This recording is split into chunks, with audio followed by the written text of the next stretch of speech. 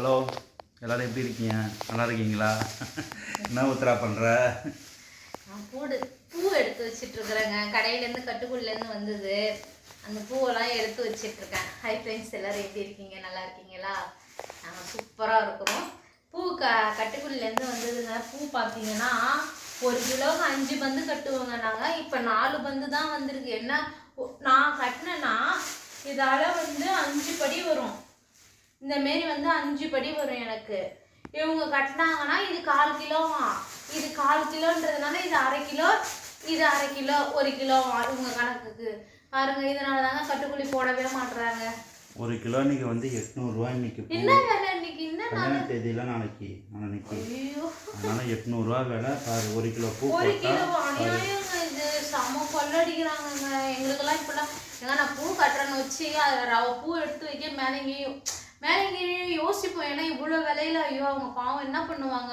ஒரு முழம் 50 ரூபான்னு விற்றா கூட கட்டுப்படி ஆகாது அப்படின்னு நினச்சிட்டு நாங்கள்லாம் எங்கள் வீட்டுக்கு சாமிக்கே நாங்கள் சாமந்தி பூ தான் போடுவோம் மேக்சிமம். இவ்வளோ விலையில நாளைக்கிழமையாவதுமா இப்படி எடுக்க மாட்டோம். இவங்கெல்லாம் பாருங்கள், நம்ம நம்பி தரோம், இந்த மாரி பண்ணுறாங்க. என்ன செய்ய? நம்மளுக்கு ஒரு எமர்ஜென்சி, ஒரு வெளியில் போகிறோம், ஒரு உடம்பு சரியில்லை, அதனால் கட்டுக்குழி போடுங்க அப்படின்னு சொன்னால் இந்த மாரி பண்ணுறாளோ என்ன பண்ணுறது? அதுக்கு தான் ஒன்றை பூ கட்ட சொல்கிறது. நீங்கள் ஒன்று கட்டுறியா பூ? இன்னும் பூ கட்ட சொன்னாங்க. அப்போ அந்த பூ பரவாயில்ல. இந்த பூ பரவாயில்லங்க. இது 5 பந்து இருக்கு பாருங்க. இது எப்படி ரெண்டு வீட்டில் அது 1 கிலோ, இது 1 கிலோ. ஒரு வீட்டில் போட்டிருக்கிறது பரவாயில்ல. இங்கே பாருங்க, இது 2 பாருங்க 3. இந்த இதுக்கு ஒரு பந்துக்கும் ஒரு சைஸ் டிஃப்ரெண்ட் வருது. இது சின்னதாக இருக்குது, இது பெருசாக இருக்குது.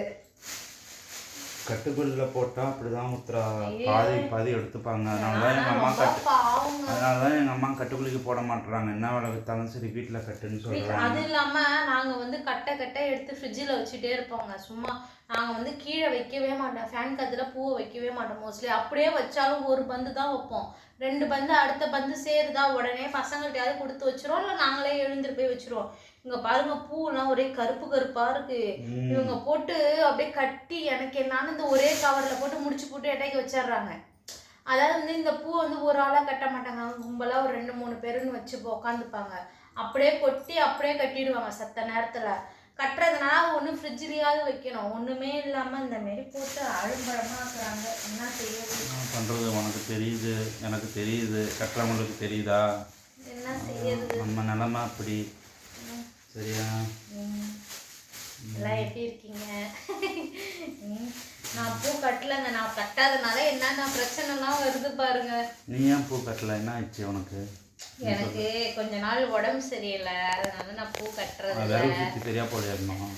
சரியாயிடுச்சுங்க. சரியாயிட்டு இப்போ ஒரு விஷயம் பண்ணிருக்கிறேன். அதனால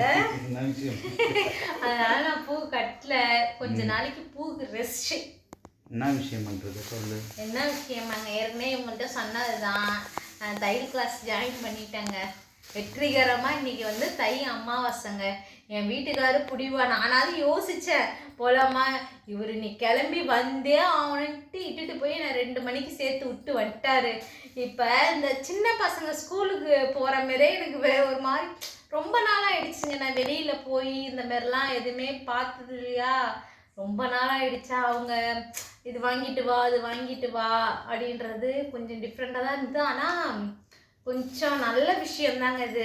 நல்ல விஷயம், நல்ல விஷயம். அங்கே போய் உக்காந்ததுக்கு அப்புறம் தான் எனக்கு தெரியுது. அதுக்கே இவங்க போக மாட்டேன்னு சொல்லிட்டாங்க. வேணாம், நான் இன்னொரு நாள் போய்க்கிறேன். சும்மா சின்ன பிள்ளைய நான் கட்டாயப்படுத்தி ஸ்கூலில் போய் விடுற மாதிரி விட்டுட்டு வந்தாருங்க. உண்மையாலுமே ஒரு செயலில் இறங்கிட்டோன்னா வச்சிங்களேன், பின்வாங்கக்கூடாது. ஓகேங்களா? வண்டியே ஓட்டுறதுக்கு இப்படி தாங்க பயந்தாங்க அவங்க. ஸ்கூட்டி ஓட்ட மாட்டேன்னு சொன்னாங்க. நான் தான் என் பிடிவாதத்தில் நீ ஓட்டியே ஆகணும் அப்படின்னு சொல்லி நான் கற்றுக் கொடுத்தேன். அதுக்கப்புறம் இப்போ சூப்பராக ஸ்கூட்டி ஓட்டுறாங்க பசங்களாம். அவங்களாம் இப்போ ஸ்கூலில் விடுவாங்க. ஏதாவது ஒன்று வாங்கினா கூட எதிர்பார்க்க மாட்டாங்க. என்ன எதிர்பார்க்க மாட்டாங்க, அவங்களே போயிட்டு வந்துடுவாங்க. அதே மாதிரி இப்போ ஒரு ப்ளவுஸ் தைக்கணும்னா ஒரு கடையில் கொண்டு போய் கொடுத்துட்டு ரொம்ப நாள் கஷ்டப்படுறாங்க. ரொம்ப கஷ்டம். பசங்களுக்கு ஒரு துணி டப்புன்னு ஒரு விஷயம். இப்போ இவருக்கு ஒரு ஷர்ட் எடுத்துட்டு வராங்க டப்புன்னு. அதாவது இவர் இந்த இடம் கொஞ்சம் லூஸாக இருக்குது, பிடிச்சா நல்லாயிருக்கும் அந்த சட்டை போட்டா அப்படின்றாங்க. நம்ம அதை தூக்கிட்டு ஓட முடியுதா? அது அப்போல்லாம் அது ஒன்று. அதேமாரி எதாவது எமர்ஜென்சிக்கு ஏதாவது ஒரு ப்ளவுஸ் ஏதாவது தைக்கணும்னு சொல்லிட்டு அங்கே ஒருத்தவங்கள்ட்ட சண்டையே போடுறாங்க. அப்படின்னு சொல்லி பார்த்துட்டேன் நான். டைலரை மாற்றி பாரான்னு. டைலர் மாற்றினா கரெக்டாக ஜாக்கெட் வராது எனக்கு. அவங்க தான் கரெக்டாக தைச்சு அந்த தருவாங்க. அக்கா சும்மாலாம் சொல்லக்கூடாதுங்க. இன்னைக்கு கேட்டுட்டு மறுநாள் காலையில கொடுத்தா தைச்சு தருவாங்க. ஒரு ஒரு நேரம் ஒரு ஒரு மாதிரி அவங்க சூழ்நிலையை நம்ம புரிஞ்சுக்கணும்ல. ஆனா நம்மளுக்கு நம்ம அர்ஜென்ட் தான் முக்கியம்னு நம்ம பேசுவோம். அப்போ தெரியுது இல்லை, அப்போனா சண்டை போடக்கூடாது. அப்போ பொறுமையாக இருந்தால் அவங்கள்ட்ட பொறுமையாக வாங்கணும். அது எப்படி சொல்றது, நமக்கு அர்ஜென்ட்டா நீ அர்ஜென்ட்டுக்கு வந்து அவங்கள்ட்ட எனக்கு தெரிஞ்சு 2 டைம் சண்டை போட்டாங்க. அவங்கள்ட்ட சண்டை போட்டு நான் அப்பயும் சொல்லிட்டேன், சரி அவங்கள்ட்ட சண்டை போட்டல, ஏன் போய் அவங்கள்ட்ட ஜாக்கெட் கொடுக்குறேன்னு கேட்டதுக்கு, எனக்கு அவங்க தைச்சி கொடுத்தா தான் கரெக்டாக இருக்கும், வேறு ஏதாவது கரெக்டாக இருக்காது அப்படின்னு சொல்கிறாங்க. அது எப்படி பழக்கமாகிடுச்சுங்க. 1 வருஷம் 2 வருஷம் இல்லை, கிட்டத்தட்ட 5-6 வருஷத்துக்கு மேலேயே இருக்கும். நீங்களே சொல்லுங்க, 5-6 வருஷத்துக்கு தைச்சவங்கள திடீர்னு மாற்றினா நான் எப்படி மாற்றுறது, நீங்களே சொல்லுங்க. அதனால வந்து உன் யூஸுக்காவது ஒரு இது, ஏன்னா அதுதாங்க என் யூஸுக்கு தான். இப்போ ஃபோனில் என் தங்கச்சி பேசிகிட்டு இருந்தா, அவளுக்கு விஷயத்த சொன்னேன்னா மதியானமே அவளுக்கு தெரியும். அது அவங்க வீட்டுக்கார்ட்ட சொல்லியிருக்காரு, அந்த மாதிரி எங்கள் அக்கா தையல் கிளாஸ் போயிட்டாங்க. அதுக்கு அவர் என்ன, அப்பா எனக்கு ஒரு பிரச்சனை தீர்ந்தது, இனிமேல் ஜாக்கெட் தொல்லை இருக்காது, இனிமேல் அவங்க அக்கா அவனுக்கு வேணுன்ற ஜாக்கெட்டை தைச்சி கொடுத்துருப்பாங்க, இனிமேல் நான் ஜாக்கெட் காசு கொடுக்கணும்னு அவசியமே கிடையாது அப்படின்ற சிரிச்சுக்கிட்டே சொல்கிறேன். ஆமாம், ஃபேமிலியில் ஒருத்தர் வந்து மிஷின் கற்றுக்கிட்டாங்கன்னா வச்சுக்கலாம் எவ்வளோ யூஸ் ஆகும். அவங்கவுங்களும் வந்து கரெக்டாக இருக்கோ சரியா இல்லையோ ஏதோ ஒன்ட்ட கொடுத்து ஏதோ ஆல்ட்ரேஷனாவது பண்ணிட்டு போவாங்கல்ல. அவரு சொல்ல, அவரு ஒன்றை விட அவரு தான் ரொம்ப சந்தோஷப்படுறாரு. அதான் சொல்கிறேன், நல்ல விஷயம். இதெல்லாம் வந்து எல்லாருமே ட்ரை பண்ணுங்க, ஓகேங்களா? லேடிஸாக இருக்கிறவங்க முக்கால்வாசி பேர் லேடிஸாக இருக்கணும், ட்ரை பண்ணுங்க. ஏங்க நிறைய பேர் தைக்கிறாங்க. மோஸ்ட்லி வந்து ஜென்ஸு வந்து அதிகமாக ஈடுபட மாட்டாங்க. ஜென்ஸு டைலரிங் இருக்காங்க, இருந்தாலும் லேடிஸுக்கு தான் முக்கியத்துவம். ஆனால் லேடிஸுங்க தான் நிறைய யூஸ் ஆகும். அந்த என்ன எப்படி சொல்கிறது, இந்த இதுக்கு சீரியலே இந்த சிங்கப்பெண் பெண்ணில் பார்த்தீங்கன்னா ஃபுல்லாக இந்த கார்மெண்ட்ஸே வந்து டைலரிங் கார்மெண்ட்ஸ் தான். அதுக்கே தெரியுமா அதில் எவ்வளோ லேடிஸ் வேலை செய்கிறாங்க. வெளியில் நிறைய இடத்துல இருக்குங்க, இல்லைன்னா சொல்ல, நம்ம வெளி உலகம் போகாதனால தெரியல. அங்கங்கே போய் பார்க்கும்போது தான் ஒரு விஷயமும் தெரியுது. அதனால அங்கே போயிட்டு வந்தாங்க இன்னைக்கு. இப்போ அதனால வந்துட்டு இவங்களுக்கு வர டைமிங் பிரச்சனை வேறங்க. அதில் வந்து ஒரு நாளைக்கு 2 மணி நேரம் சொல்லி தருவாங்களாம். காலையில் எத்தனை மணிக்கு சொன்னாங்க? காலையில் நம்ம நேரம் நம்ம இல்லை காலையில் எத்தனை மணிக்கு ஸ்டார்ட் பண்ணுவாங்க? 10 மணிக்கு. 10 மணிலேருந்து ஈவினிங் 5 மணி வரைக்கும். 5 மணி வரையும் 2 மணி நேரம் எப்போ வேணாலும் வந்துடலான்னு சொன்னாங்க.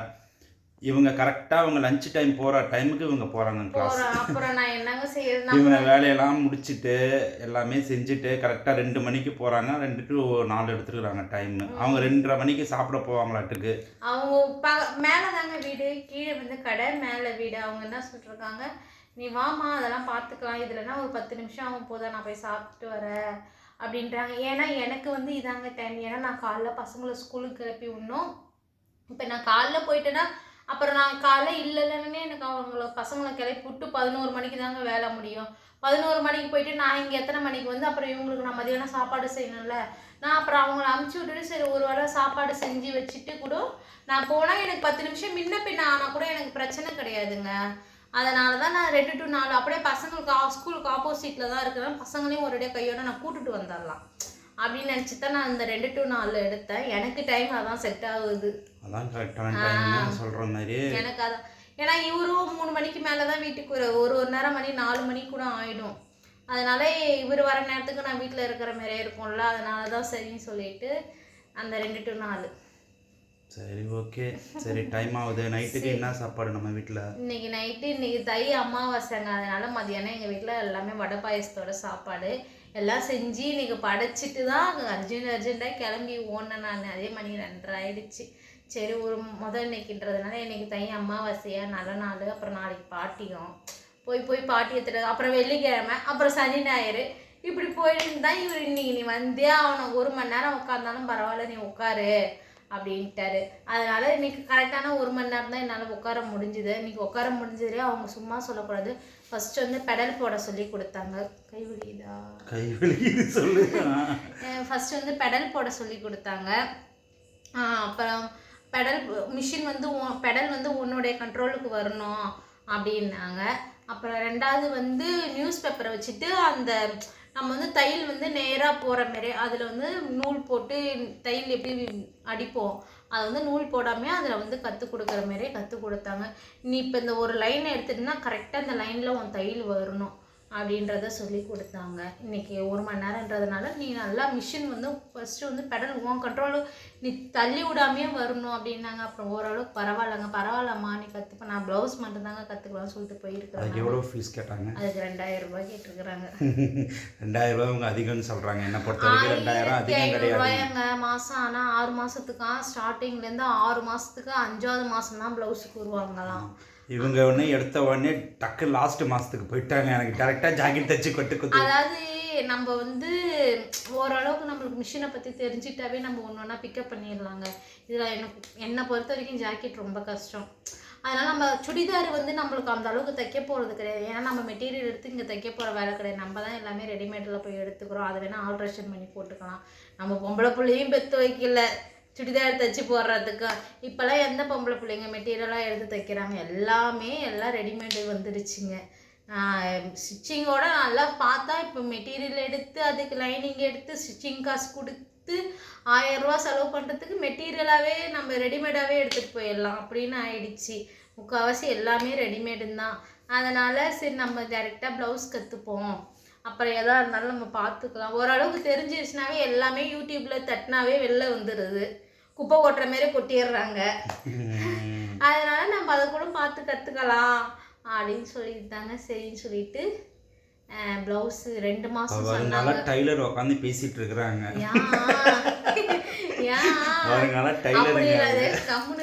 அப்படி சொல்லாத, மனசுல வந்து அந்த வைராயத்துக்கு கொண்டு வந்தாதான் நீ வந்து டைலராக அவனால ப்ளவுஸாக தைக்கிறதுக்கு ஒரு முயற்சி எடுப்பேன். நான் வாங்கிட்டு காமிக்கிறேங்க உங்களுக்கு. நான் மிஷின் வாங்கிட்டு நான் சொல்லிட்டேங்க, உங்களுக்கு முழு சப்போர்ட் கொடுத்துட்டேன். ஓகேங்களா? சத்தியமாக சொல்கிறேன், இவரால் தாங்க. நீங்கள் வந்துட்டு நீ போய் சேர்ந்து 10 நாள் ஆனோன்னு மிஷின் அவங்க வந்து பெடல் போடுறது ரொம்ப கஷ்டமா இருக்கு அப்படின்னு சொன்னாங்க. எனக்கு எலக்ட்ரிக் மிஷின் வாங்கிட்டாக்கா கொஞ்சம் குதிங்கால் வந்து வலிக்குதுங்க. அது வந்து சும்மாலாம் சொல்லக்கூடாதுங்க. அதில் உட்காந்து பார்த்தா தாங்க அது கொஞ்சம் பழக்கம் ஆகணும். பழக்கம் ஆனாதான் அது கொஞ்சம் ஈஸியாக இருக்கும். அது அந்த மிஷின் போட்டு நம்ம ப்ரெஸ் பண்ணி மிதிக்கிறோம்ல, அதில் வந்து இந்த அந்த கண்டக்கால் சாதம்னு சொல்லுவாங்கள்ல, அது வலிக்குது. அது கொஞ்ச நாளைக்கு ஒரு 2 நாளைக்கு போனாக்கா கொஞ்சம் ஃப்ரீ ஆகிடும். அதனால ஒன்றும் பிரச்சனை இல்லை. பூ நைட்டு 12 மணி வரைக்கும் பூ கட்டுறோம். நடுமுது அப்படியே படுத்தா ஏன்டா படுக்கிறோன்னு இருக்கும். அந்த உட்காந்து கட்டும் போது தெரியாது, படுக்கும் போது அந்த வலி உயிரே போகும். அது படுத்து ஒரு 10 நிமிஷம் ஆகிற வரைக்கும் அந்த வலி எனக்கு இருக்குங்க. எனக்கு அப்படியே எல்லாம் பிடிச்சிட்ருக்கோம். நம்ம அப்படியே படுத்த உடனே பார்த்தீங்கன்னா உயிரே போயிடும் வலி. அதாவது ஒன்று அனுபவிச்சாதான் தெரியுங்க. சரி, நீ வந்துட்டு இப்போ 2 மாதத்துக்கு இனிமேல் பூ கட்ட மாட்டேன். 2 மாதமா ஒரு மாதங்க. மல்லி வந்துருச்சுன்னா கட்டிடுவேங்க. நான் மல்லி வந்து நீ உன் ப்ராஜெக்டை வந்து முடிச்சிடணும். முடிச்சுக்கிட்டு அதுக்கப்புறம் வந்துட்டு அதை நான் பார்த்துக்க. ஓகேவா? சரி, ஓகே. எல்லாரும் போய் ஹாப்பியா இருங்க, சந்தோஷமா இருங்க. சாப்பாடு என்ன சாப்பாடு சொல்லவே இல்லையே? நீ சாப்பாடு கேட்டீங்க, நான் சொல்லவே இல்லை. நான் இதை பத்தி எனக்கு ஃபுல்லா தெரியுது. உங்கள்கிட்ட சொல்லுவோமே நீ வீடியோ எடுத்தாரு.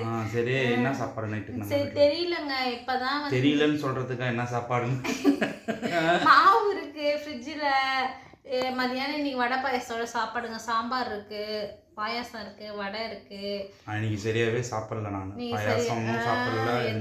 நான் வச்சுட்டு போயிட்டேங்க. இவர் வந்து தான் இன்னைக்கு வந்துட்டாராட்டுக்கு. நான் மணி 4:15 ஆயிடுச்சுங்க. நான் பசங்களையும் கூட்டிட்டு வந்தேன்னா நான் 4:15 ஆயிடுச்சு. நைட்டு சாப்பாடு ஏதாவது போய் செய்யணுமா போய் சரி, ஓகே. எனக்கு கையை வலிக்குது. ஓகே பாய்ங்க. எல்லாரும் சாப்பிட்டு ஹாப்பியா சந்தோஷமா இருங்க, என்ஜாய் பண்ணுங்க. ஓகேவா? ஓகே, பாய்.